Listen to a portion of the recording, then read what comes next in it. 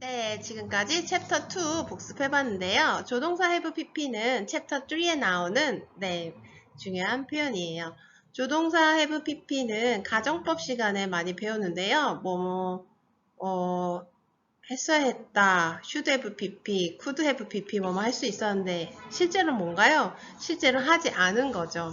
그런 의미, 가정법이라는 건 하지 않은 일을 가정해 보는 거예요. 하지 않은 일이나 할 수 없는 일.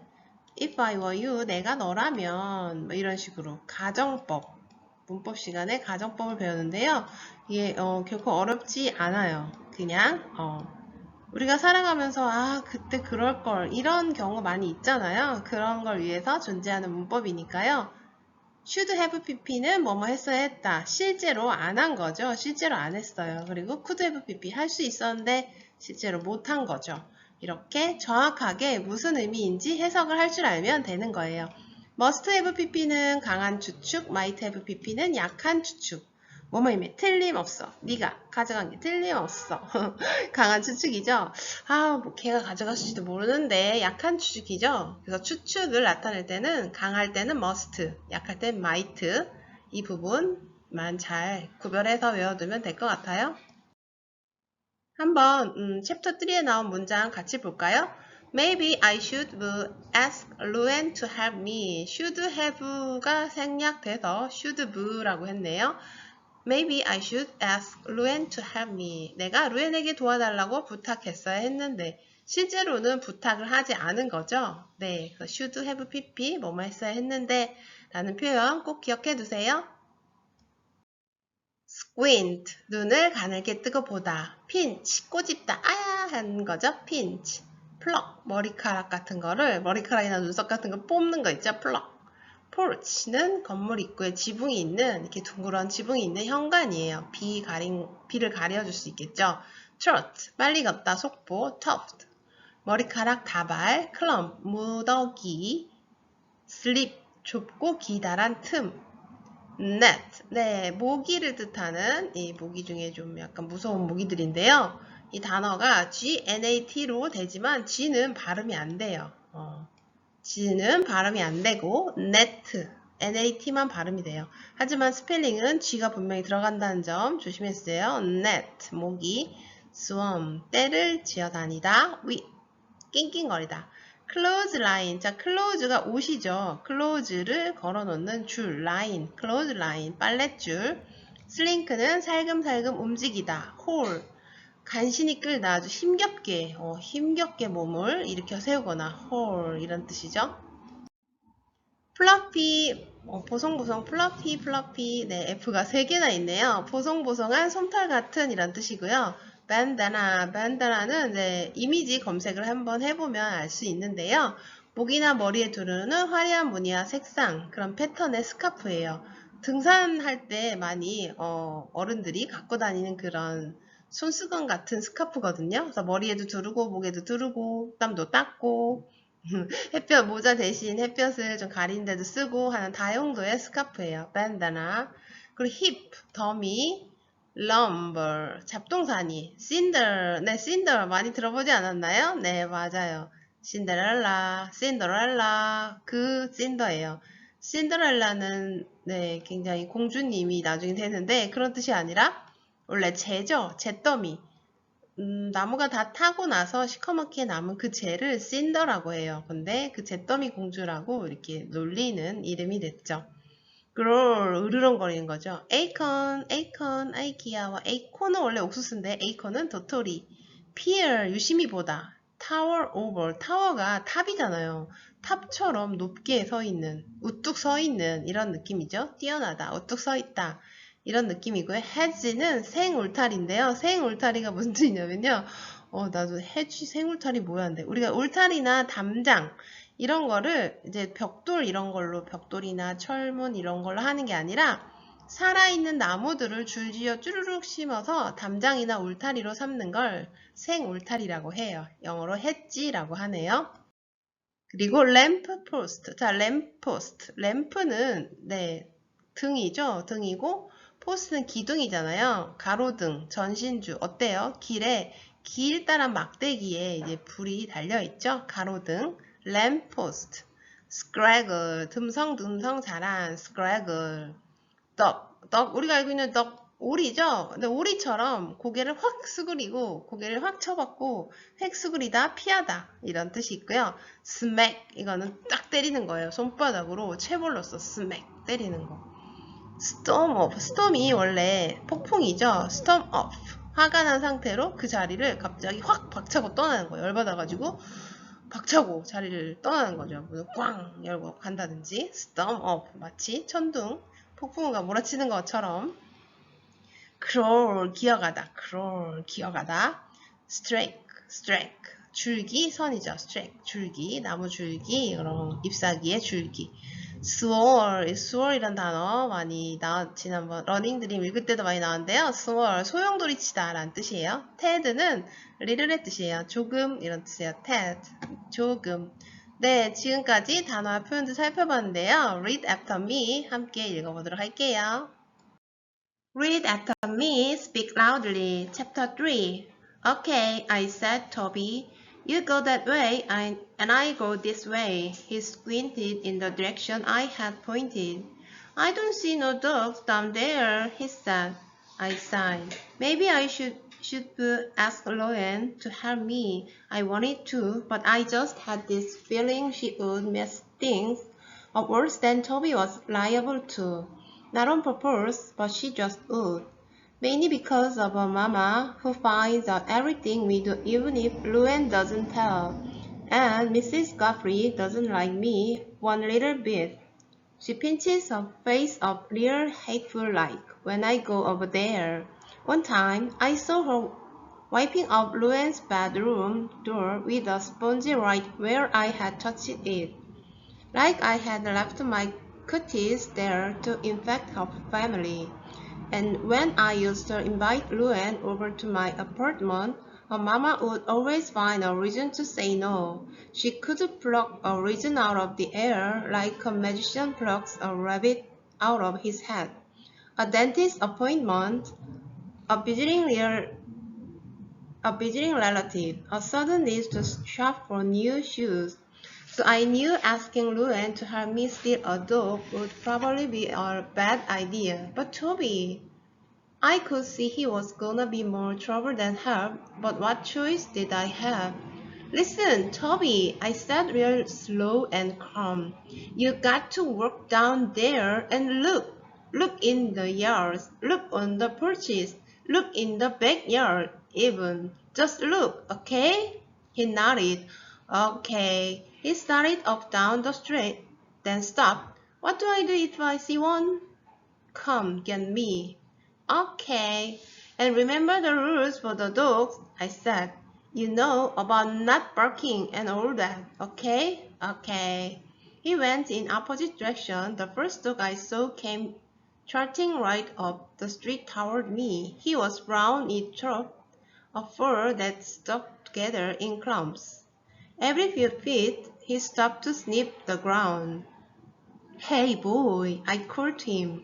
He looked up and wagged his scrawny tail. His face had bald spots on it. One eye was closed up into a slit with a knot swimming all around it. No, that dog wouldn't do. Nobody cared about him, that was for sure. I gave him a little pat on the head, 'cause I felt sorry for him, then continued on down the street. When I came to a house with a trailer beside it, a dog started barking. A shrill whipping bark. When I got closer, I saw a dog tied to a clothesline on the side of the house. A short-legged dog with a smoothed-in nose and curlicue tail. When he saw me, he reached back and forth along the clothesline, his whippy bark getting shriller and shriller. From inside the trailer, a man's voice hollered, "Shut up, Sparky!" No, that dog wouldn't do either. Too noise. A few houses farther on, a great big dog with bushy black fur sat by the side of the road watching me. When I tried to pet him, he slinked away with his tail between his legs. Then some woman came out with a roll of newspaper. She smacked him on the rear, hauled him off by the collar, and pushed him up under the porch. "Get on there like I told you," she said. Then she stomped back up the steps and went inside. She didn't seem like someone who would pay money for her dog. Finally, at the end of the street, I saw a dog who had "Still Me" written all over him. He was clean and fluffy with a red bandana tied around his neck. He didn't bark when I got closer. He even let me pet him, wagging his tail like he was the happiest dog on earth. I was about to think I'd find the perfect dog to steal, but then I took a look at his house and I changed my mind. The front steps were right off the porch, lying in a heap of lumber in the red dirt yard. Bricks and boards were stacked to make steps into the tiny house, with its peeling paint and torn screen. A plastic window box had come loose on one side, spring dirt and dried up brown flowers into the bushes. A rusty old car sat on the cinder blocks in the gravel driveway. Nope, that dog wouldn't do either. The people in that house weren't rich. I bet they'll never pay $500 for their dog, no matter how much they loved it. It looked like it was going to be harder than I thought to find a dog that fit out all the rules in my notebook. I crossed over to the corner and waited for Toby. When I saw him skipping up the road toward me, I called out, "Any luck?" "I only saw one and he growled at me." "Only one? Are you sure?" "I saw some cats." "No, cats won't do." "How come?" "They just won't," I said. "Let's try one more street, then we gotta get on back to the car before Mama gets off work." I hurried over to the next block. Toby kept stopping to pick stuff up along the side of the road. Rocks and acorns and wrappers and things. I had to go back and yank him a couple of times. When he got to the corner, I looked at the street sign with more road. "This one looks good," I said. "Let's go up one side and down the other. You stay with me." We walked along the street, peering over fences, sneaking into backyards. No luck. Suddenly, Toby pointed. "Look at that house," he said. Just ahead of us was a huge brick house set back off the street a ways. All the other houses on the street were small, one-story wooden houses with tiny yards and no porches, but the brick house was 2 stories high. I bet it had a whole bunch of room inside. "Come on," I said to Toby. "Let's go check it out." We ran to the house. It towered over the little houses next to it. The front yard was the biggest one on the whole street, with a chain link fence all the way around it. Along the fence was a thick hedge taller than me. I peered over the gate. That house looked like a mansion.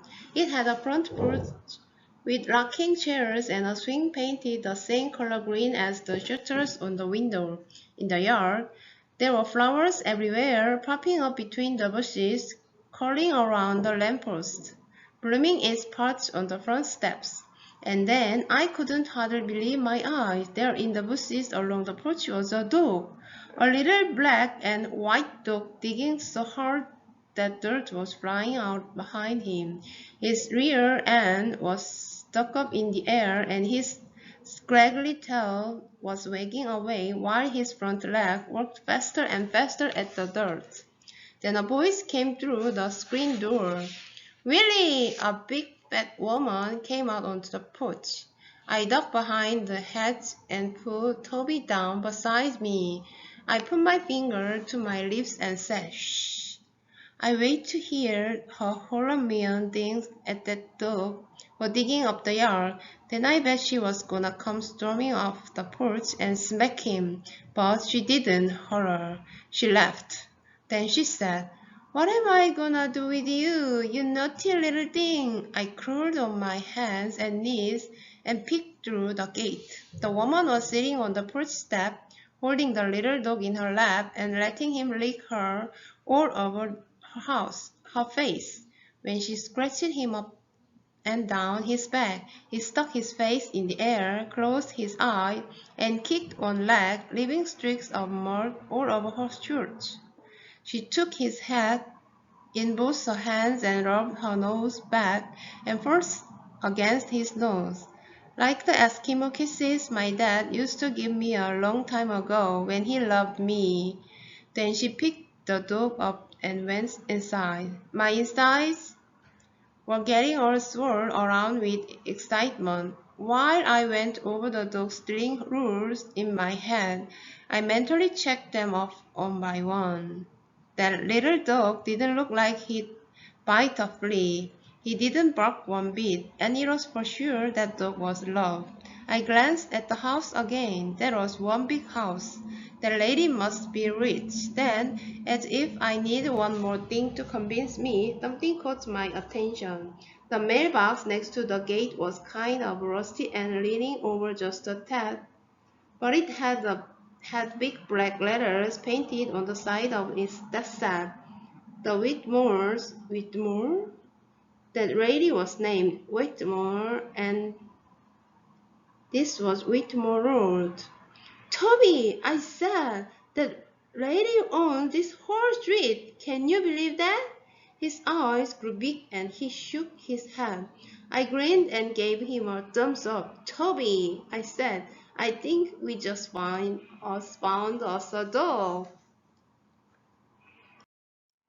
네, 큰 소리로 함께 따라 읽어봤나요? 네, 드디어 챕터 3에서 우리 친구, 주인공이 동생 토비와 함께 목표, 어떤 목표죠? 네, steal a dog. 훔칠 강아지를, 어떤 강아지를 훔칠지 결정했네요. 왜냐면 그 조건이 여러 가지가 있었잖아요. 그 조건에 좀 부유한 집의 강아지여야 되고요. 사랑도 받는 강아지여야 해요. 네, 정말 목표물을 정확하게 마지막 갔던 곳에서 찾았는데요. 네, 정말 강아지를 사랑하시는 어떤 아주머니, 그 집의 강아지를 훔칠 목표를 삼은 것 같아요. 네, Thank you for listening. Catch you later. 그러면 다음 챕터 4 어떤 내용이 이어질지 궁금하네요. 다음 시간에 또 만나요. See you. Bye bye.